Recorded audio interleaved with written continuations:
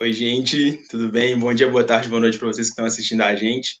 Esse é o 15º episódio do É Política Uai e a pauta hoje vai ser segurança pública. E para trocar essa ideia com a gente, hoje a gente está com uma convidada muito especial, a Ludmila Ribeiro, que foi nossa professora na UFMG, e ela tem uma longa vivência já com esse assunto, né? Ela é graduada em administração pública pela Fundação João Pinheiro, formou em Direito pela UFMG. Vou dar uma olhada aqui no currículo, porque esse pessoal com o currículo longo, a gente até se perde um pouco, né, professor? Tem mestrado em administração pública também, e um doutorado em sociologia pela UPERJ. Já foi pesquisadora visitante na Universidade da Flórida e na Universidade do Estado do Texas também, né? Pesquisei certo aqui, professora? Uhum, certíssimo. Muito bem-vinda. Eu agradeço imensamente pelo convite, pela oportunidade de estar aqui com vocês, meus alunos queridos, que eu não vi há tanto tempo, já que vocês foram meus alunos no início do curso, e pela oportunidade de discutir, conversar um pouco sobre um tema que me é tão caro, que é a minha área de especialização, que é a segurança pública. E o nosso outro integrante aí hoje é o Rodolfo, vocês já conhecem, eles estão cansados de ver a cara do Rodolfo. Bom dia, boa tarde, boa noite, galera. Vamos trocar mais uma ideia aqui, tentar conversar um pouquinho sobre essa política pública que é tão importante para o Brasil, principalmente para o Brasil atual aí, para a realidade que a gente está vivendo. Ludmila, eu queria começar perguntando um pouco como é que foi isso, desse interesse pela segurança pública. Como é que surgiu? Foi na graduação? Foi um pouco depois? Quando na sua vida que você resolveu se dedicar tanto à pesquisa nas áreas de segurança pública? Enfim, como é que foi esse contato inicial?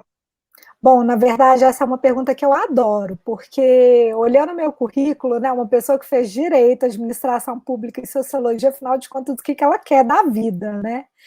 Mas nesse caso faz todo sentido, porque são 3 cursos que se comunicam muito bem, e em todos esses 3, em última instância, eu estava buscando algumas perguntas relacionadas a o que é o crime, como que se constrói essa dinâmica de criminalidade, qual é o papel do Estado na prevenção desse fenômeno.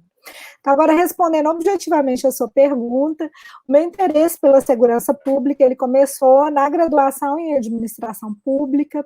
Eu tive uma disciplina chamada Sociologia das Organizações, que inclusive eu fui professora de vocês, que foi ministrada pelo professor Luiz Flávio Sapori na Fundação João Pinheiro. E nessa disciplina ele dava muitos exemplos de pesquisas nas prisões, de pesquisas com polícias, de como a teoria institucional poderia ajudar a compreender melhor o funcionamento dessas organizações. Então foi aí que eu comecei a, de fato, ter muito interesse por essa temática. E o que eu fiz foi um pouco tentar juntar tantos os conhecimentos adquiridos no curso de administração pública, que obviamente era um curso voltado a formar gestores, então era muito preocupado, por exemplo, que a gente conhecesse todas as regras de orçamento, todos os códigos de despesa orçamentária, mas também tinha muita sociologia, muita ciência política, então eu fui me encaminhando bastante para tentar entender como que o Estado pensava as políticas públicas relacionadas ao sistema penitenciário, que há mais de 20 anos atrás, quando eu estava fazendo graduação, agora eu revelei a minha idade, né? Mas quando eu estava fazendo graduação, era um tema que ainda despertava muito pouco a atenção dos gestores, né? A gente tinha uma população prisional que era muito menor do que a que existe hoje, então eu entrei nessa área pensando a questão das políticas penitenciárias. Então, tanto minha monografia de administração pública foi sobre essa questão, foi sobre o trabalho do preso naquela época, nas 16 unidades penitenciárias que existiam em Minas Gerais. Hoje, Minas Gerais tem muito mais unidades, né? Basta lembrar que quase mais de 20% dos municípios mineiros contam com algum tipo de unidade prisional. E no direito eu também trabalhei com essa questão das penas, e aí já pensando a pena alternativa, né, em que medida poderia se substituir o uso extensivo do sistema penitenciário por penas alternativas. Na minha dissertação de mestrado, eu trabalhei um tema que agora está super na moda, inclusive eu até voltei a pesquisá-lo, que foi o tema do encarceramento feminino, né? E tentando entender como é que o Estado lidava naquela época com uma coisa que começava a despontar como importante, que era o aumento da participação feminina no tráfico de drogas e um aumento muito relacionado a isso que a gente chama de interseccionalidade, né? Ou seja, eram sempre as mulheres pobres, negras, que eram identificadas pela polícia como traficantes e trazidas para a prisão como condenadas. E depois que aí sim eu fui trabalhar bastante com esses temas, né? Então eu trabalhei como gestora pública dentro da área do sistema prisional, depois eu trabalhei como consultora de ONGs, em áreas relacionadas a planos municipais de segurança pública, está ajudando os municípios a construir a política pública municipal propriamente dita, e também em questões relacionadas, aí sim, abrindo mais o leque, né, em questões relacionadas a como é prestado o atendimento nas delegacias de polícia, e na minha tese de doutorado eu trabalhei muito com o funcionamento da justiça criminal. Então, se antes eu estava muito focada no que chega no sistema prisional, é como se no doutorado eu desse um passo atrás e me perguntasse, beleza, mas quais são os processos, inclusive quais são as seletividades que operam, para fazer com que essas pessoas que chegam no sistema penitenciário sejam tão homogêneas do ponto de vista de cor da pele e classe social, né? O que está por trás desses mecanismos? Então, com isso eu acabo trabalhando um pouquinho com cada coisa, um pouquinho com polícia, um pouquinho com prisão e um pouquinho com o funcionamento do sistema de justiça criminal. E a opção de ir para a sociologia está muito relacionada ao fato de que, como gestora pública, eu me via muito enredada numa rotina burocrática e sem a possibilidade de entender muito esses mecanismos de causa e efeito, né? Ou seja, o que causa o aprisionamento de pessoas sempre com o mesmo perfil racial e o mesmo perfil de status social, né? E eu queria muito entender esses mecanismos, então eu queria muito investir mais na pesquisa propriamente dita. Então eu falo que eu saí da administração pública, mas não totalmente, porque na pesquisa propriamente dita, muitas vezes eu sou chamada a ser consultora de organismos nacionais e de organismos internacionais, fazendo análise de dados, mas para tentar entender um pouco determinadas dinâmicas e, com isso, ter políticas públicas que funcionem, o que a gente fala, políticas públicas baseadas em evidência. Porque o que acontece é que muitas vezes você tem políticas públicas que são fruto da imaginação daqueles operadores, fruto da imaginação de quem está no cargo, fruto da imaginação do gestor público. Não por má vontade, porque o gestor público ele tem tantas demandas e tem que dar tantas respostas rapidamente, que é muito difícil ele parar para falar, olha, beleza, mas o que é que as pessoas já escreveram sobre esse tema? O que tem de avaliação que mostra que isso funciona e isso não funciona, né? Então, muitas vezes, meu papel como consultora é exatamente esse, é dizer para o gestor, olha, o que existe de conhecimento acumulado nessa área é isso, então, se você quer fazer uma intervenção que de fato funcione, você precisa entrar nesse ponto e naquele ponto, e não nessas outras iniciativas, né? Então, é um pouco essa a minha atribuição hoje como professora e pesquisadora da UFMG. Nossa, legal demais, hein, professora? Passou por bastante coisa, rodou, assim. Eu, na minha curta carreira, que ainda estou construindo, né, também passei bastante pelas esferas, assim, passei um pouco pelo Poder Público Municipal e também pelo Poder Público Estadual. E eu acho que a nossa primeira pergunta mais objetiva passa um pouco por isso, porque a gente tem hoje no Brasil muitos estigmas em relação à competência dos poderes, né? E na segurança pública não é diferente, que nem você falou sobre a questão do encarceramento, da justiça penitenciária, né? E aí a gente queria abordar um pouco a questão do SUSP, que é o Sistema Único de Segurança Pública. Muita gente não conhece, né? Porque foi criado recentemente, se eu não me engano, foi uma criação do governo Temer, né, em 2018. Mas para quem não sabe, assim como a gente tem um Sistema Único de Saúde, tem também uma coordenação no sistema de atenção médica, né? Isso também vale para a segurança pública. Eu queria que você falasse um pouco o que é o SUSP, né, como é que funciona. Eu sei que ele tem um objetivo, né, de integrar mesmo as forças de segurança pública para ter uma coordenação um pouco mais eficiente, assim, e poder, de fato, gerar impacto na vida das pessoas, né? Chegar lá na ponta. E como é que tem sido isso? Está funcionando, não está? Enfim, a palavra está com você. Então, vamos dar um passo atrás, porque o SUSP ele parece novo, mas ele já nasceu velho. E por que ele já nasceu velho, né? E aí a gente precisa lembrar de duas questões, assim, por que é que tem tanta disputa dentro da segurança pública do ponto de vista dessas competências dos entes federados. Porque, ao contrário do que aconteceu com a área de saúde, que é o nosso grande exemplo, quando você tem o processo constituinte, a área de saúde já tinha muito mais bagagem, muito mais clareza sobre a necessidade de você organizar o serviço de acordo com baixa, média e alta complexidade. Então, quando você pensa, por exemplo, a distribuição dos serviços de saúde nos 853 municípios, você sabe que você não vai ter o mesmo tipo de serviço em todas as cidades. Por quê? Porque você vai ter os serviços de baixa complexidade, que seria o posto de atendimento, os serviços mais básicos em todos os municípios, mas depois você vai progressivamente concentrando isso em algumas cidades, né?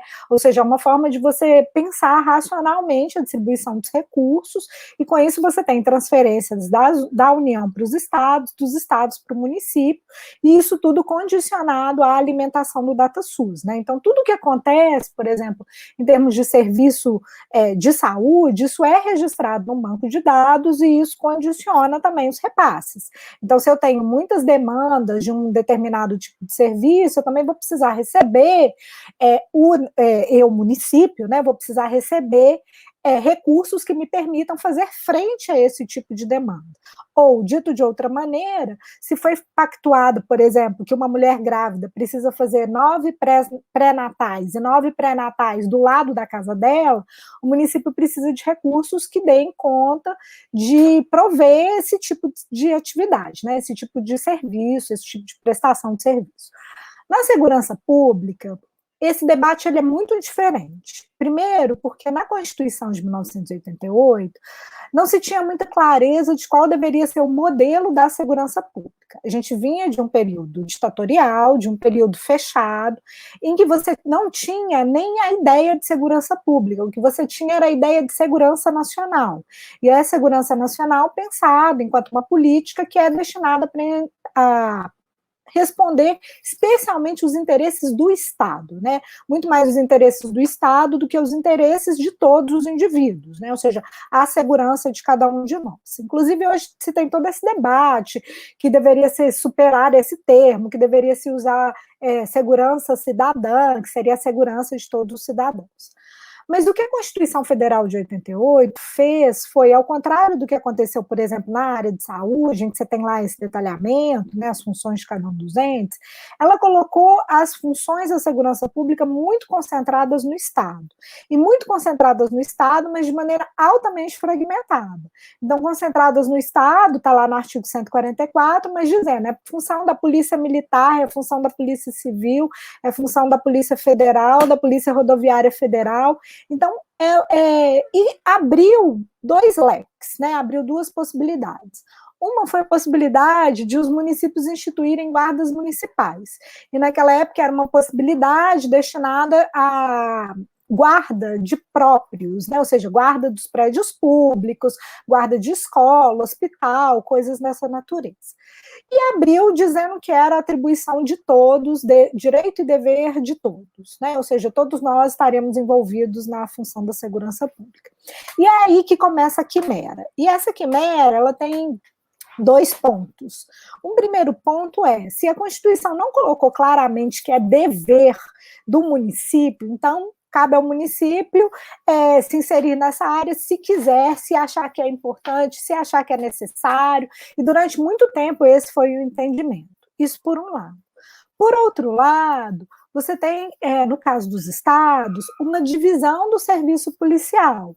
Você tem a polícia militar fazendo o que a gente chama de patrulhamento ostensivo, que é andar pela cidade, fazer especialmente esses patrulhamentos que são mais destinados à prevenção do crime e ao registro de crimes que são flagrados no momento em que eles estão ocorrendo. E uma segunda polícia que iria investigar os crimes que foram registrados pela polícia militar. Então, olha que coisa maluca. Hoje, hoje, e isso permanece, se uma pessoa é presa por homicídio, vamos pegar o caso do feminicídio, um homem é preso logo depois de matar a sua mulher por razões de gênero. O policial militar, se foi acionado pelo 190, é ele que vai prender essa pessoa. E ele vai fazer o quê? Levar essa pessoa para a Polícia Civil. E aí, nessa atividade de levar, muitas vezes as provas vão ser destruídas, o local onde ele matou a mulher pode ser lavado, então você não vai conseguir fazer perícia, né? Então você tem um grande problema do ponto de vista dessas bipartições. Então, por que isso é importante, né? E por que é preciso entender isso para entender o SUSP? Desde o final dos anos 90, começo dos anos 2000, tem-se toda uma proposta de se articular melhor os serviços relacionados à segurança pública dentro do modelo da saúde. Então, pensando essa ideia do que seria baixa complexidade, média complexidade e alta complexidade no caso da segurança pública. Então, municípios com pequena população, pequenas taxas de crime, vão precisar de muito menos serviços do ponto de vista da prevenção. E do ponto de vista dos serviços policiais, que já são serviços repressivos, né, ou seja, chegam muitas vezes quando o crime já aconteceu, do que municípios de médio porte, né? Então, se a gente pega uma cidade de 50 mil habitantes, os problemas, as dinâmicas que estão ali colocadas são muito diferentes de cidades de 5 mil habitantes, né? Onde todo mundo se conhece, onde você vai precisar de muito menos serviços. Então, a proposta do SUSP era um pouco integrar esses serviços, integrar o município, né, dentro dessa seara toda da segurança pública, pensando especificamente as políticas de prevenção e as políticas de atenção a vítimas, né, vítimas de violência doméstica, então muito relacionadas a esses serviços que são prestados com o município, pelo município, mas sem essa nomenclatura, e, por outro lado, atividades que sejam destinadas a integrar as instituições. Por exemplo, voltando aí no caso do feminicídio, fazer com que a Polícia Militar e a Polícia Civil trabalhem em conjunto quando do registro de um crime, né? Ou trabalhem em conjunto para evitar que provas, que indícios relacionados à prática daquele crime se percam. Então, o SUSP ele nasce com essa ideia, né? E com uma ideia de trazer também o sistema prisional. Por quê? Porque o sistema prisional, formalmente, dentro da Constituição, ele vai ser recepcionado como um serviço de polícia em 2019, e muito mais dentro de uma demanda corporativa dos agentes penitenciários, que queriam ser policiais penais para ter, inclusive, o direito ao porte e à posse de armas, né? Ou seja, é uma demanda totalmente corporativa. Mas o que o SUSP tenta é um pouco integrar essas competências dos entes federados e integrar as organizações, né? Então é algo pensado, é algo que vai estar, por exemplo, no segundo Plano Nacional de Segurança Pública, que data de 2003, ou seja, começo do governo Lula. Ele vai ser pensado e estruturado pelo antropólogo Luiz Eduardo Soares, que vai ser o secretário nacional de Segurança Pública naquela época. De 2003 a 2018, vocês podem imaginar a diversidade de coisas que aconteceu na nossa sociedade. E aí eu vou citar apenas duas, para ser bem objetivo. Uma foi a aprovação da nova lei de drogas, que nem é mais tão nova assim, porque ela é de 2006, e que tenta fazer uma diferenciação entre usuário e traficante, sendo que, para o caso do usuário, você não teria pena de prisão, como era a legislação anterior, da década de 70, e para o traficante você teria penas mais elevadas, mas você não coloca nessa lei critérios objetivos de diferenciação de traficante e usuário.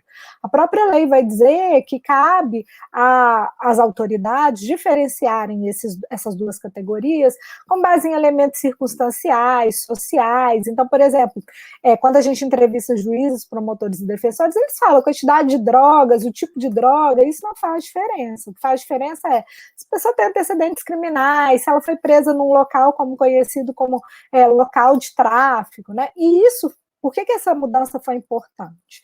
Porque com essa mudança, tudo que antes entrava como uso dentro do sistema de justiça criminal, especialmente quando eram pessoas pobres e negras, né, passa a entrar como tráfico. Todas as pesquisas vão mostrar isso. Então, você tem pessoas que vão ser condenadas por tráfico de drogas com 10 gramas de maconha, né? Como uma vez me disse um juiz, não interessa se é 1 grama, se é 1 grama, mas a pessoa estava numa boca, então é traficante, né? Porque as pessoas carregam poucas drogas para distribuir.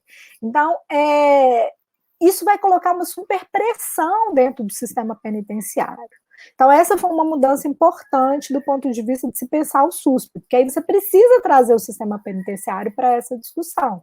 Porque você tem secretarias que vão estar cada vez mais pressionadas para criar mais prisões, dentro dessa ideia de que mais prisões, que é uma ideia altamente falaciosa, né? De que se você aumentar a taxa de pessoas presas, você diminui a taxa de crime, não necessariamente, pelo contrário, que a gente vê que se aumenta a taxa de prisão, se aumenta a taxa de crime, muitas vezes. Esses fenômenos são muito associados, né? Ainda que um não seja causa do outro.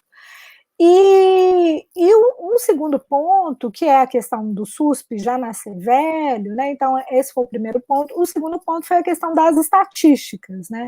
Então, você tem, ao longo de todos esses anos, a construção de um outro sistema, que é o Sinesp-JC, que é o Sistema Integrado Nacional de Estatísticas de Segurança Pública e Justiça Criminal, que era uma proposta de integrar desde as informações construídas pela polícia, né, relacionadas aos registros de crime, junto com informações sobre processo penal, junto com as informações de preso. E por que é que o Sinesp nasce velho do ponto de vista dessas duas dimensões? Por que o SUSP nasce velho do ponto de vista dessas duas dimensões? Primeiro, porque ele não incorpora a discussão amadurecida pelo Sinesp, então a incapacidade do Sinesp em congregar, por exemplo, o sistema de justiça, acaba ficando muito focado na questão das polícias. E segundo, porque o SUSP não incorpora tanto o sistema penitenciário, sendo que hoje o sistema penitenciário é uma dimensão muito importante da segurança pública.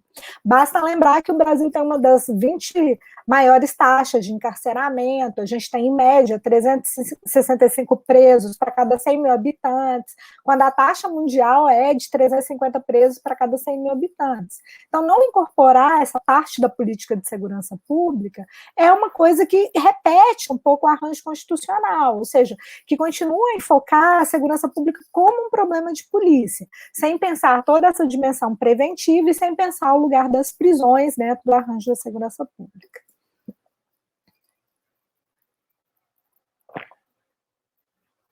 Eu achei que você ia falar alguma coisa, Elton.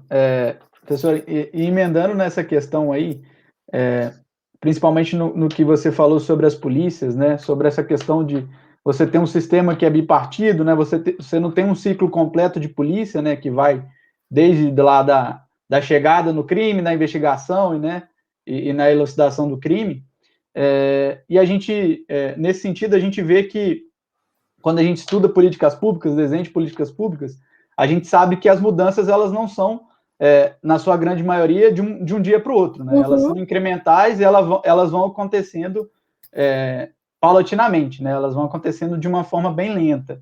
Nesse sentido, a nossa polícia, ela é uma das que mais mata, mas também ela é uma das que mais perde policiais, né? Uhum. Ela é uma das que mais perde policiais em confrontos, policiais fora de serviço, né?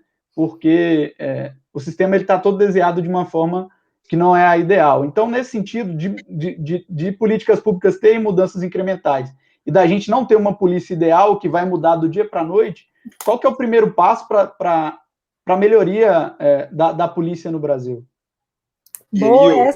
Rodolfo, desculpa, professor, só complementando a pergunta do Rodolfo, né, porque quando a gente marcou de conversar com você, a gente foi dar uma pesquisada, assim, e a gente tem hoje no Brasil, de acordo com o Fórum de Segurança Pública, quase 60 mil mortes letais violentas intencionais, né, num ano. Uhum. E dessas mortes todas, quase 10% é de responsabilidade da polícia. Então, tipo assim, acho que é legal trazer esses dados, porque acho que eles marcam bastante, né, e nesse sentido pode continuar a responder. Então, primeiro você, Rodolfo, você encheu o coração da professora de alegria, né, neste dia tão frio, falando de mudanças incrementais. Orgulho, porque é isso mesmo. E a área de segurança pública, voltando nessa história de que o SUSP já nasceu velho, quando começa a questão, por exemplo, toda essa discussão do SUSP lá em 2003, várias secretarias vão tentar integrar um pouco melhor a polícia militar com a polícia civil. E Minas Gerais vai ser, inclusive, um grande modelo nessa área, porque não só vai se tentar integrar do ponto de vista das ações, mas vai se tentar integrar um pouco de pensar as avaliações. Então, de pensar, olha, beleza, como é que esse serviço integrado está ou não impactando o sentimento de segurança das pessoas, está ou não impactando as dinâmicas de crime. Então, quando o SUSP é aprovado no final do governo Temer, tem toda essa discussão de que está requentando exemplos, está requentando experiências, inclusive a experiência de Minas Gerais, que foi baseada nessa ideia da mudança incremental e que funcionou bem durante quase 10 anos, mas que hoje é totalmente década de 90, polícia civil de um lado, polícia militar de outro, né? Ou seja, tem muita dificuldade desse trabalho conjunto, desse trabalho mais integrado. E aí a gente chega na sua pergunta sobre como mudar um pouco a polícia. E aí, de novo, eu vou dar mais um passo atrás.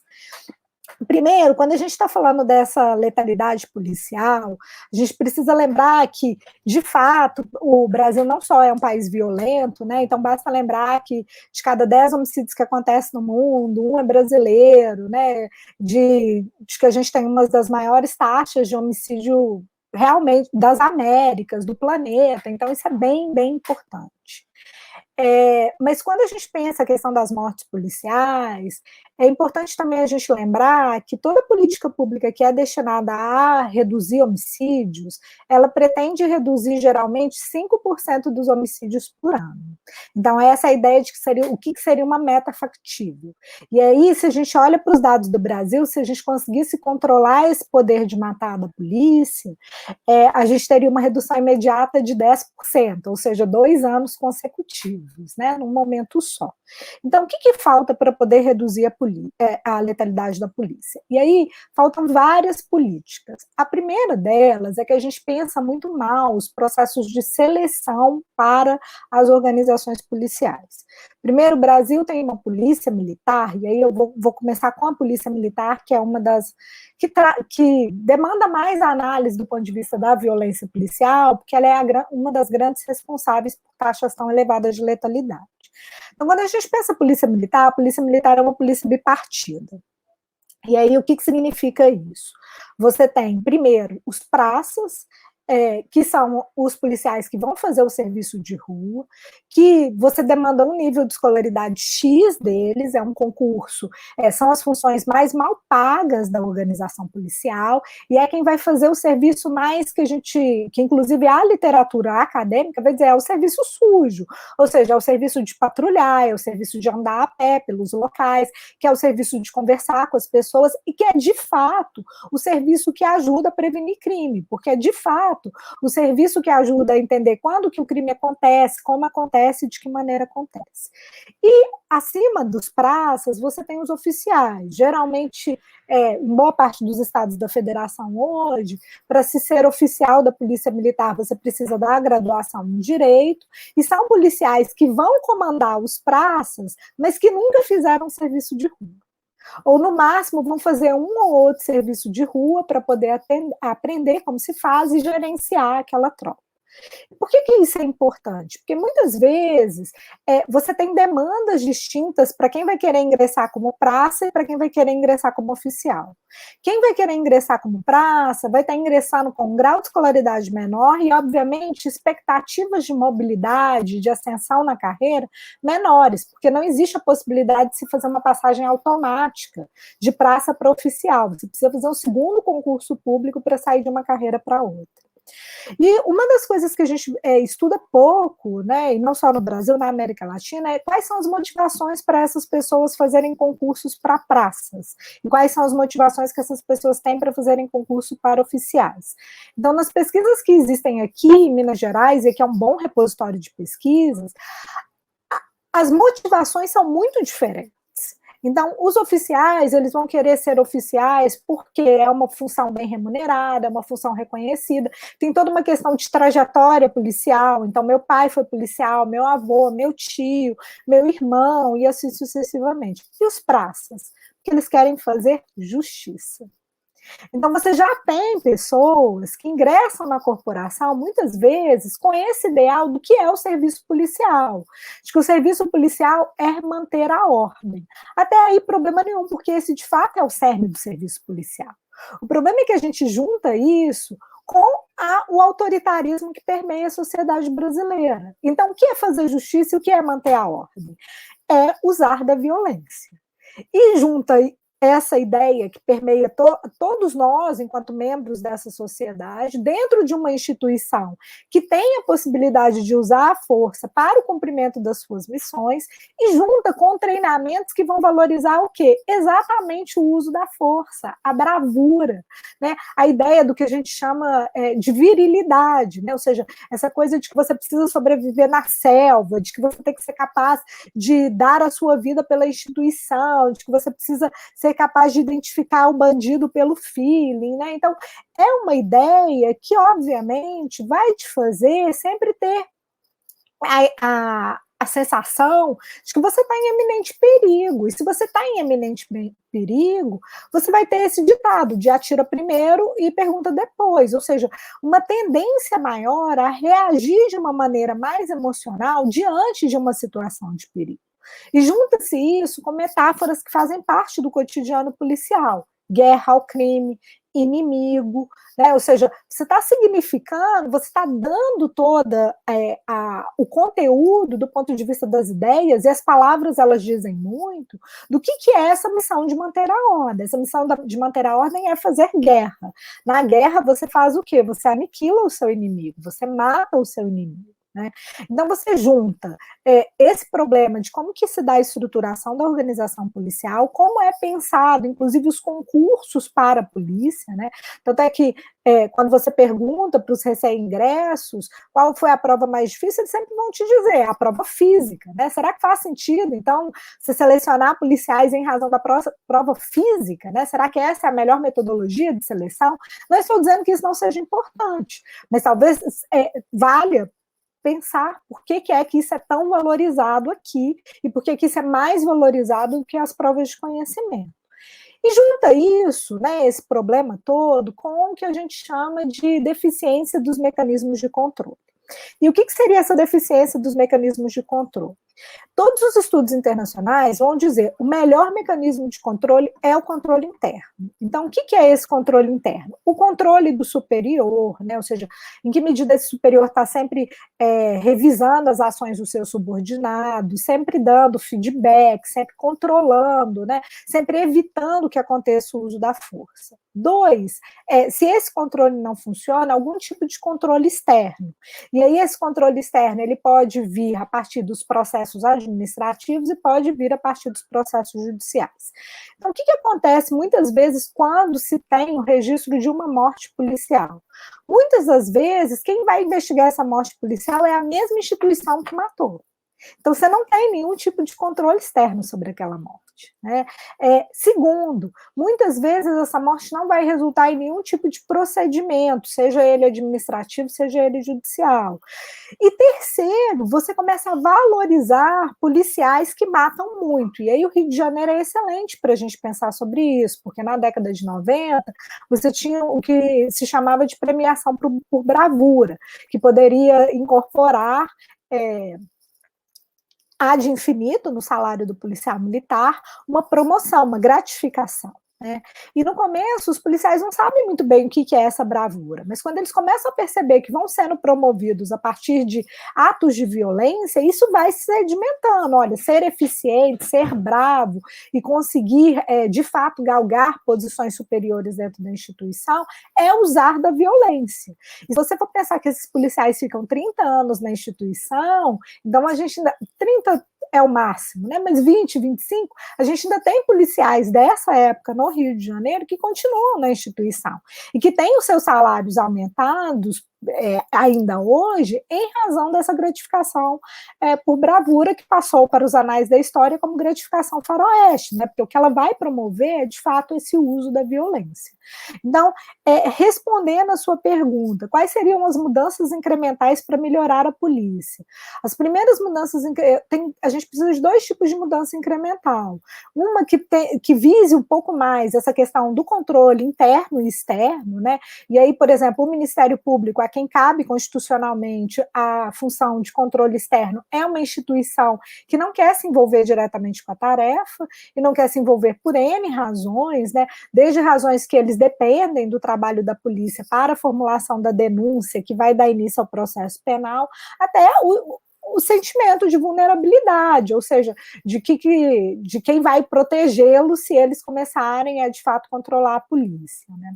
Então, faltam mecanismos de controle externo e interno, e falta também repensar esses processos de seleção e treinamento, né? Ou seja, a gente sempre parte dessa ideia, a formação é tudo. Não que seja tudo, mas você precisa pensar alguns processos combinados de controle interno e externo com processos de formação. As polícias que conseguiram, no mundo, reduzir taxas de letalidade, investiram muito em novos processos seletivos, novos processos formativos, combinados com mecanismos de controle externo e interno muito rigorosos. Então, as mudanças incrementais passariam por repensar, pelo menos, os processos de entrada nas polícias, né? Eu acho que começa daí, ou seja, se você já vende a imagem de que a polícia é uma instituição onde se faz a guerra, essas pessoas já entram motivadas a fazer a guerra, e aí é muito mais difícil desconstruir essa ideia ao longo da carreira do que se você coloca, olha, a polícia presta um serviço público como qualquer outra instituição, como o médico vai prestar um serviço de saúde, como o assistente social vai prestar um serviço social, né? Ou seja, passa por desconstruir um pouco essa metáfora da guerra. Excelente, professora. Eu queria fazer um adendo aqui sobre uma questão que foi tema de campanha do Bolsonaro, foi uma das principais bandeiras dele, que foi justamente o excludente de ilicitude, né? Que consiste em não... quando um policial ou uma mulher policial matar alguém na rua, né, por função do seu dever, não ter nenhuma investigação sobre o que aconteceu, né? Eu tenho alguns amigos policiais que foram captados por esse discurso, né, porque eles dizem que quando ocorre um fato na rua, né, do dia a dia, né, e esses policiais que estão na rua, como você mesmo falou, são os praças, que são os que recebem menos, eles se sentem desamparados pelo Estado, porque se acontece qualquer coisa, ou uma morte em serviço, ou uma viatura que eles batem, ou algo do tipo, acaba que o próprio policial, ele mesmo, tem que fazer a sua própria defesa, porque os mecanismos do Estado não funcionam. Como a gente chega no meio termo para isso, né? Como a gente faz um controle de forma que esses policiais não podem ser responsabilizados ou não, mas que eles se sintam amparados pelo Estado, que é o chefe deles, né? Que é por quem eles exercem a sua função. Rodolfo, sua pergunta ela é excelente, e ela nos convida a pensar assim, em algumas questões. Então, vou te dar um caso, vou dar um exemplo icônico do Rio de Janeiro, né? O excludente de ilicitude, inclusive, permitia, né, que não fossem investigadas mortes que o policial matasse por surpresa, né?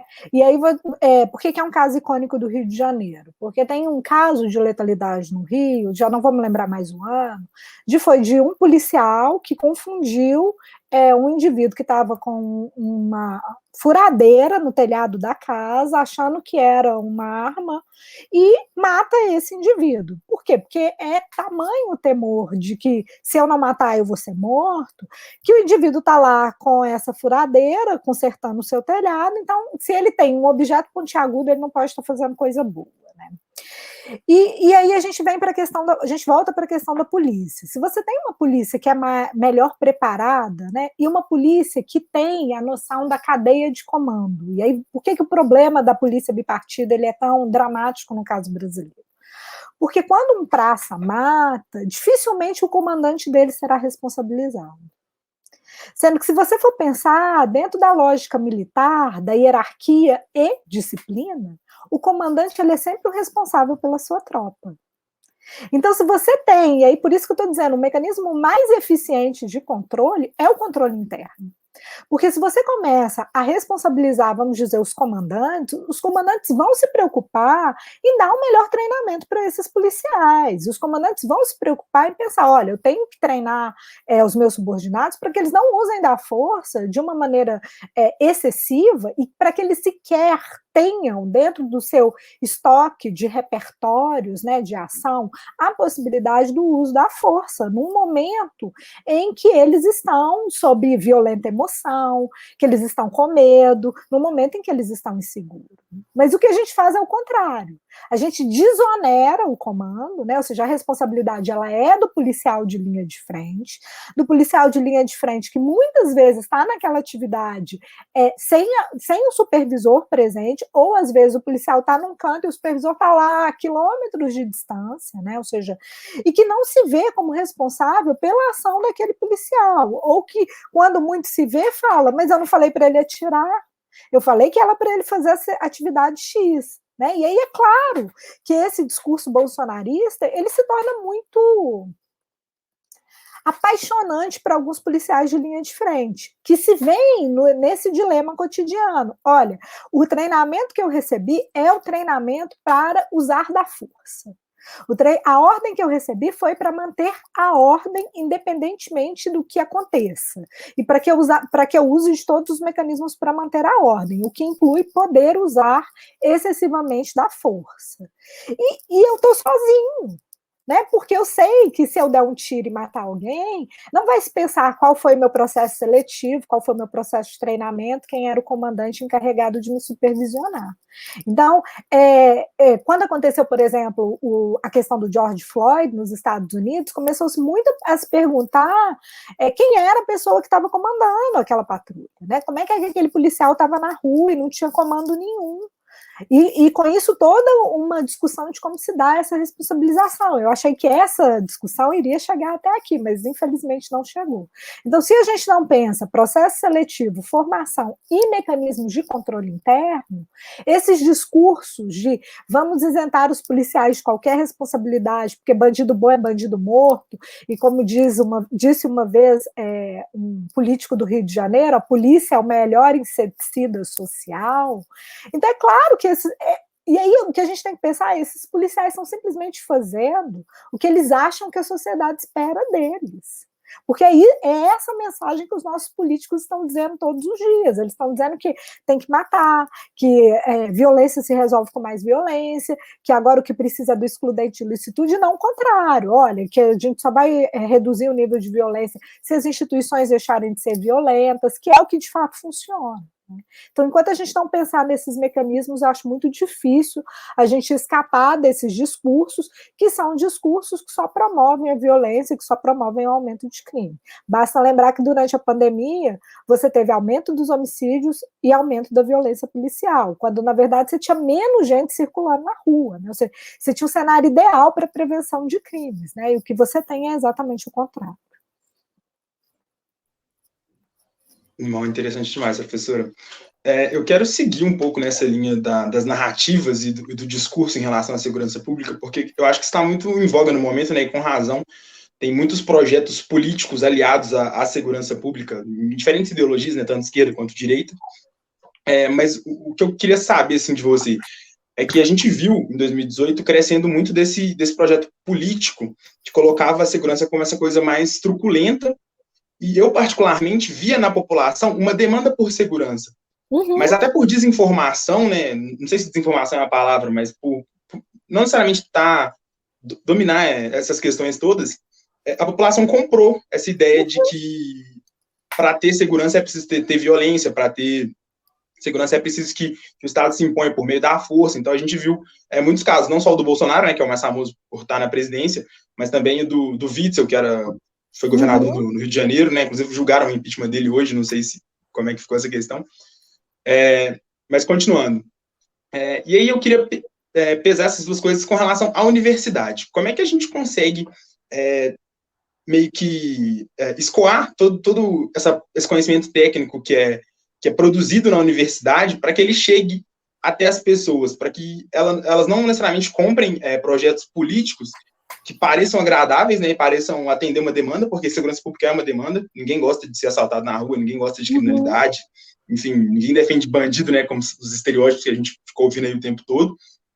Mas como é que a gente consegue ter realmente essa melhoria de informação, onde as pessoas não tenham que sujeitar a projetos políticos que parecem estar ajudando, mas no fundo se voltam contra elas, né? Que nem quando você cita o caso do morador que foi vitimado por um tiro porque ela ficou uma furadeira, entende? Uhum. Não, acho essa pergunta ela é essencial, eu diria, né? E para além do momento da eleição. Então, o que acontece? E aí vou dizer sobre a minha análise. O Bolsonaro, ele foi o primeiro a dizer que a segurança pública era uma política pública do seu plano, né? Ou fazia parte do seu plano contemplar a segurança. E foi a primeira vez que isso aconteceu na história recente democrática do país. Não estou, claro, tem milhares de questionamentos sobre o conteúdo dessa política, mas todas as pesquisas de opinião, elas sempre colocam crime, violência e segurança como, se não a primeira prioridade, a segunda depois a saúde. Assim, qualquer pesquisa dos últimos 20 anos, segurança é a primeira ou a segunda prioridade. E se é a primeira e a segunda prioridade, por que os governos não fazem nada sobre segurança pública? Porque para fazer algo na segurança pública que dê resultado, você precisa, primeiro, de enorme investimento em políticas preventivas, e os resultados eles demoram um pouco a aparecer. Por quê? Porque se você quer evitar, vamos pegar a questão dos jovens, né? Você quer evitar que os jovens entrem para o tráfico de drogas. Não adianta você chegar com um projeto social que vai ser encabeçado por uma ONG internacional, mas que todos os componentes da ONG não têm menor experiência com aqueles meninos. Isso não vai funcionar. Então, você precisa de projetos que a gente chama que envolvam as pessoas da comunidade. Você precisa que as pessoas abracem o tema, né? E aí, isso demora a ter resultado. Primeiro, porque são locais que desconfiam do poder público, então sempre perguntar, mas será que isso vai durar mesmo? Será que não é um projeto eleitoreiro? Será que vai ficar aqui o tempo todo? Ou será que vai vir hoje e amanhã vai descontinuar? Segundo, segurança pública é algo que mais tira voto do que dá voto. Por que tira muito voto? Porque quando você olha para as taxas de criminalidade, você fala, olha, não fez nada pela segurança pública. E como a gente não investe na prevenção, as taxas de crime elas tendem a aumentar no Brasil, com uma ou outra exceção, né? Em alguns tempos você tem uma diminuição, mas nunca é uma diminuição muito sustentável. Então os políticos eles querem se descolar dessa imagem, eles querem falar de tudo, e aí eles falam, vou investir em segurança. E aí qual que é a face mais visível da segurança? O policiamento. Então, quando fala, vou investir em segurança, vou colocar mais policiais na rua. Né? E tem um limite disso, né? Você não vai chegar no limite, você não consegue colocar um policial em cada quarteirão, para usar assim, um exemplo que todo mundo entende, né? Tem um limite, o Estado não consegue financiar tudo isso, e mesmo que você tenha um policial em cada quarteirão, você vai ter os crimes cibernéticos, você vai ter desvio de dinheiro, corrupção, ou seja, você pode não ter mais o furto na esquina da sua casa, mas você vai ter violência doméstica do mesmo jeito, você vai ter lesão corporal do mesmo jeito, você pode ter homicídio dentro de casa do mesmo jeito. Então, isso perpassa por mudanças de outras dinâmicas. Então, o que a gente faz? Responde o desejo do nosso eleitor. E o Bolsonaro, ele foi muito hábil nisso. Né? Então, quando ele vê que o eleitor está há muitos anos demandando segurança, ele fala, eu vou dar segurança. E eu vou dar segurança como? Com arma e mais policial. Né? E a ideia de, se a gente está ensinando as polícias, atira primeiro e responde depois, e essa é a política de segurança pública que o governo está sendo eficiente, por incrível que pareça, ele foi totalmente coerente, vou dar armas para todo mundo, e aí todo mundo vai poder fazer a função do policial. Né?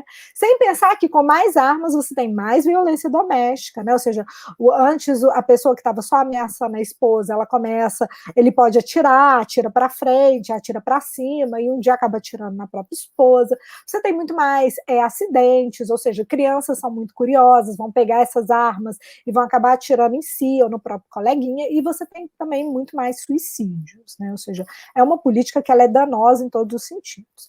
E aí você me pergunta, eu acho que é a pergunta que a gente mais precisa pensar sobre ela. Beleza, mas como é que você permite, né, nós acadêmicos, permitimos a emergência de um discurso bolsonarista em universidades que são reconhecidas por não apenas pensarem a segurança pública, mas por, inclusive, terem conseguido desenvolver políticas públicas de segurança preventivas e que continuaram no tempo e que dão resultado, como é o caso de Minas Gerais, em que o CRISP ajudou a construir uma das políticas públicas de prevenção mais longevas, que é o Fica Vivo, que tenta prevenir um pouco a inserção de jovens em dinâmicas de violência letal, como os homicídios, né? E aí minha resposta para você é, eu acho que o conhecimento acadêmico, ele é muito árido. Então, eu acho louvável iniciativas como essas, que tentam transformar esse discurso acadêmico, que é um discurso que eu falo, é pregar para convertidos. Então, você vira e fala, o que é o Fica Vivo? O Fica Vivo é uma política de dissuasão focalizada. O que eu disse? Absolutamente nada. Né? Então, eu falo, olha, se a pessoa que acorda 5 horas da manhã para pegar um ônibus lotado, que está levando marmita na bolsa, não consegue entender isso, o discurso do Bolsonaro é muito mais apelativo, porque ela está vendo a violência acontecer todos os dias, ela está morrendo de medo. E ele está dizendo, o que resolve é ter mais policial armado. Então, vou te dar uma arma e você vai ser o próprio policial. Resolveu o problema. Agora, quando você coloca, olha, o que de fato resolve, o que de fato previne a violência, é você prevenir que a pessoa se envolva no crime. Então, os estudos nacionais e internacionais mostram que quem é a pessoa que persegue a trajetória criminal, né? Que vai cometer muitos crimes, que vai ser reincidente e que não vai funcionar nada. Quem comete crime antes dos 14 anos. Então, o que você tem que fazer? Você tem que pensar políticas para prevenir que esses jovens até 14 anos cometam crime. Não é que depois de 14 anos está tudo bem cometer um crime, não vai ter uma trajetória criminal, mas é mais difícil ter essa trajetória. E como é que eu previno isso? Eu preciso pensar, então, tem que ter uma escola, essa escola tem que ser atraente. Depois da escola, porque o Brasil é um dos poucos países do mundo onde você vai para a escola só por 4 horas, quem vai fazer a supervisão dos outros períodos quando a mãe está se desdobrando em milhares de trabalhos? A rua. Então, eu preciso pensar de alguma coisa que seja depois da escola. Então, eu preciso pensar de algum tipo de programa que dê conta do que a gente chama contraturno, né? E esse contraturno tem que ser interessante. Além disso, esse contraturno não pode ter dinâmicas de violência, porque se tiver dinâmicas de violência, ao invés de estar prevenindo, eu estou fomentando, eu estou ensinando, né? Como é que eu bato, como é que eu pratico pequenos crimes, né? Então, tem que pensar nessas políticas. Depois dos 14 anos, por que essas pessoas entram no crime? Porque elas querem ser reconhecidas, e a gente vive numa sociedade de consumo, então elas querem ser reconhecidas pelo quê? Pelo que elas compram, pelo que elas vestem, então tem que pensar políticas públicas para essa faixa etária. E assim vai. Depois da prisão, o que é que aumenta muito a chance de reincidência? Se o egresso da prisão não tem família. Porque se ele não tem família, como é que ele vai sair da prisão? A gente solta a pessoa, a gente não dá um vale transporte para a pessoa. Né? Como é que eu espero que essa pessoa vai voltar para casa? Né? Se não vai ser pedindo, muitas vezes com um pequeno furto. E se não tem casa para voltar, essa pessoa vai morar onde? Na rua, vai viver do quê? Não tem documento. Então não pode acessar as políticas públicas de assistência social. Então vai, de novo, então eu vou o que a gente precisa é pensar ao longo da vida dos indivíduos como é que eu vou prevenindo crimes. Né? E lembrar que crime não é simplesmente uma resposta de pobreza, não é a pobreza que causa crime. Se fosse assim, a gente não teria crimes do colarinho branco, que dependem o quê? Muitas vezes de pessoas que falam várias línguas, de pessoas que estão inseridas dentro da burocracia pública e que conhecem muito bem as regras orçamentárias. Né? Ou seja, você precisa pensar a prevenção de crime dentro dessa lógica de pensar mais políticas públicas voltadas para o comportamento dos indivíduos e menos dentro dessa lógica da resposta. Então, respondendo objetivamente a sua pergunta, qual é o papel da universidade? Eu acho que o papel da universidade é ter um discurso que seja mais compreensível para os públicos e que tenha um discurso que ajude as pessoas a pensar sobre qual é a função delas dentro da área de segurança pública. Então, como é que elas fazem para cobrar, por exemplo, quando elas têm um serviço de saúde que não as agrada? Tem um Conselho Municipal de Saúde, beleza, tem um Conselho Municipal de Segurança Pública também. O que acontece Quando o médico não me atende bem, eu posso reclamar na ouvidoria. Na segurança pública também existe ouvidoria. Então, é transformar um pouco essas ideias em algo que seja mais fácil, de mais fácil compreensão, e fazer com que isso faça mais parte do cotidiano das pessoas, né? Para que elas possam, de fato, pressionar os políticos por políticas públicas que sejam mais eficientes, e não cair nesse discurso que é muito sedutor, e que é muito sedutor, especialmente se eu estou com medo, se eu estou vendo que todos os dias eu sou assaltada no ponto de ônibus quando eu estou indo para o trabalho, né? Então, são essas questões que a gente precisa pensar um pouco melhor. Excelente. Professora, você quer falar alguma coisa, Elton? Só fazer 2 comentários antes da próxima pergunta.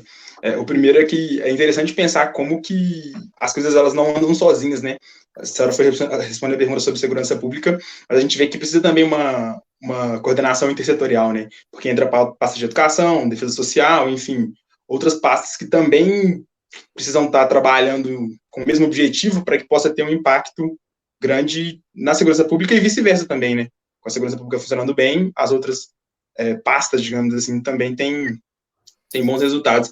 E outro comentário legal é que a senhora comentou sobre o Fica Vivo, quando você estava respondendo a pergunta, veio na minha cabeça Fica Vivo, e recentemente a gente estava conversando, né, os meninos, tem um rapper aqui de BH, o Fabrício, que ele mora na cabana do Pai Tomás, ele deu uma entrevista, tem, acho que, nem um mês, e falando sobre o programa, porque o bairro era um bairro de muita criminalidade, e aí ele é dividido, assim, entre a parte de baixo e a parte de cima, e aí tinha guerra entre as partes que dividiam o bairro lá, e ele contando que foi o programa Fica Vivo que foi chegando, e com a atuação, as oficinas e tal, conseguiu promover um diálogo mesmo entre as partes do bairro, e a coisa foi melhorando na questão da violência em si, né? Provavelmente tráfico de drogas ainda deve ter, não sei como é que tá ainda, mas é interessante ver uma política pública bem formulada e bem implementada, rendendo resultado, e as pessoas que moram no lugar avaliando esse resultado como positivo, sabe? Porque principalmente a galera que está nessa parte mais vulnerável da sociedade, a gente sempre vê o Estado como inimigo, né? Até pelo jeito como a polícia chega, então como os políticos se apresentam, aquela coisa de sempre tentar estar ganhando em cima, então é bem interessante observar isso. E aí, Elton, seu comentário, ele é o cerne da questão, ou seja, se as pessoas não abraçam as políticas públicas, então, voltando à questão dos policiais, né? Não adianta você ter um policial em cada quarteirão, se a população tem medo da polícia, porque a polícia é vista como o quê? Como quem vai me agredir, como quem vai me matar. Então, muitas vezes, quando você pergunta para as pessoas que foram vítimas de crime se elas denunciaram a polícia, elas vão dizer, não, eu não denunciei. Por quê? Porque a polícia não vai resolver, ou porque eu temia ser agredida, ser maltratada na delegacia de polícia, principalmente mulheres que são vítimas de violência doméstica. Procurei a polícia falou que isso era uma bobagem, me convenceu a não registrar. Então, é muito importante essa dimensão intersetorial e que os agentes públicos se aproximem da população, porque a única forma de você ter um serviço de qualidade é se você tem essa interlocução com a população. A gente pode, de novo, para pegar aqui o nosso contraponto com a saúde, né, o programa de saúde da família. Imagina um médico de saúde da família que ninguém quer receber dentro de casa. O que esse médico vai fazer? Absolutamente nada. E hoje, muitas vezes, é o que acontece com o policial. Então, o policial vai fazer, por exemplo, um programa que se mostra muito promissor, que são as patrulhas de prevenção à violência doméstica, em que o policial vai até a casa das mulheres que têm medidas protetivas, para explicar um pouco como funciona a medida protetiva, e explicar muitas vezes até para o agressor quais são as consequências dele violar aquela medida. Imagina se a pessoa tem medo do policial, não vai receber o policial em casa, né? Ou seja, e aí o que a gente vai ter? Reprodução desses círculos de violência.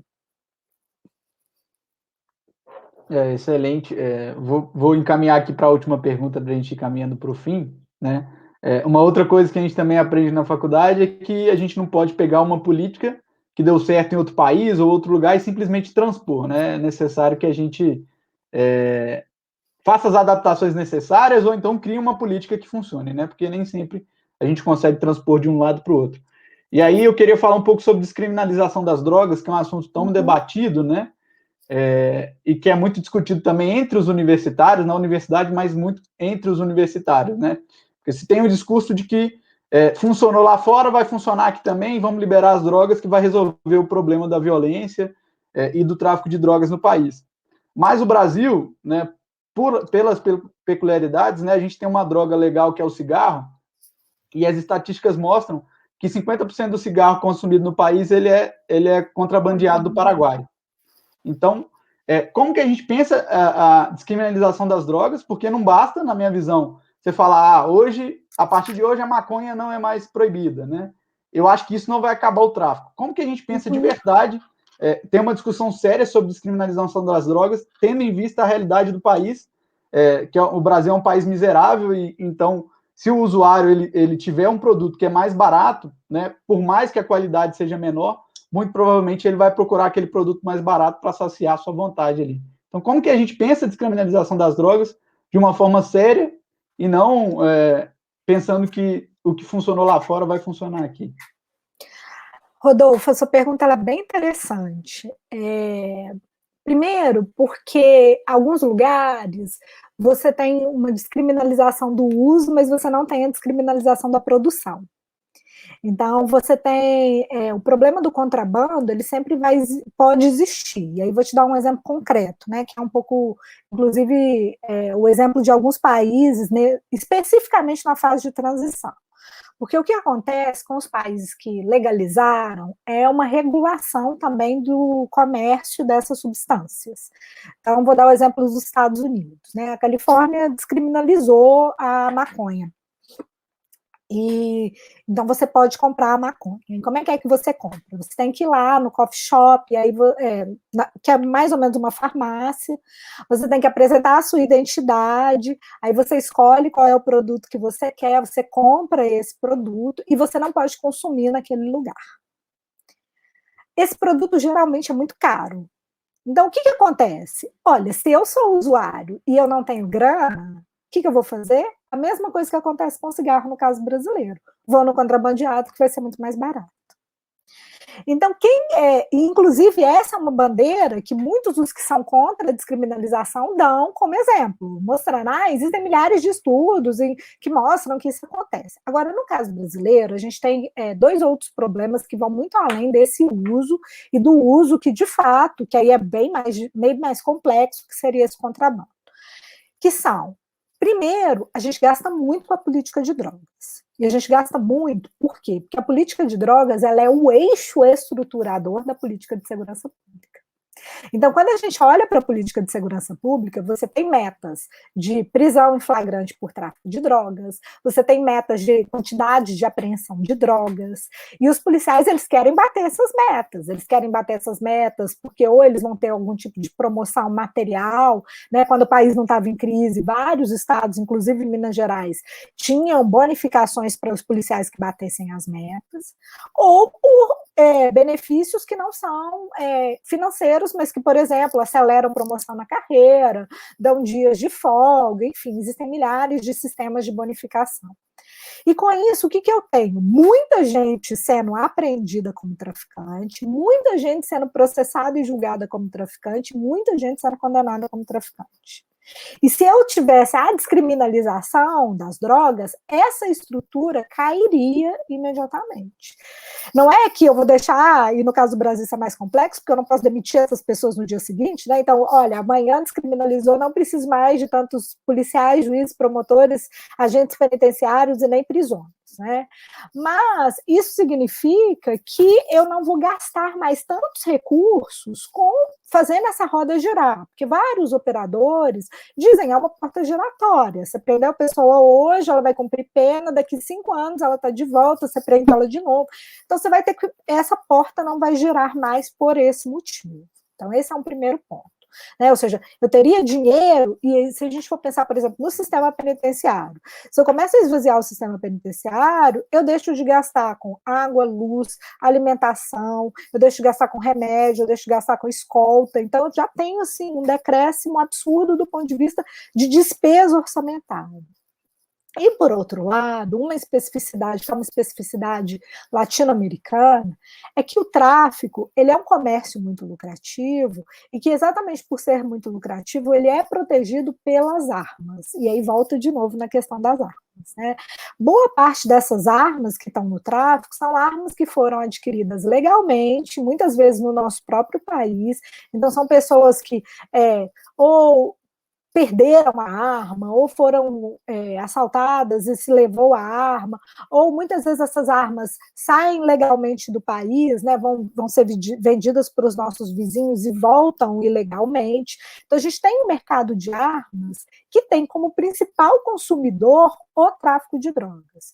Então, se eu legalizo esse mercado, de novo, essas armas vão perder a sua função. Por quê? Porque eu não vou ter mais gente disputando esse mercado dessa maneira ilegal, por meio da corrupção, por meio da violência, né? E aí, e essa é a minha posição, se você legaliza esse mercado, essas pessoas hoje que estão trabalhando nele podem ser inseridas, inclusive, formalmente, como quem está vendendo a droga, como quem está ali trabalhando no processamento das drogas. Então, você gera emprego para essas pessoas. Agora, não é nada disso que, de fato, seduz os governos. O discurso da descriminalização de drogas seduz o governo quando ele começa a ver que ele pode taxar isso e ter muito lucro. Basta lembrar, né, que o lucro da indústria do cigarro ele é astronômico, né?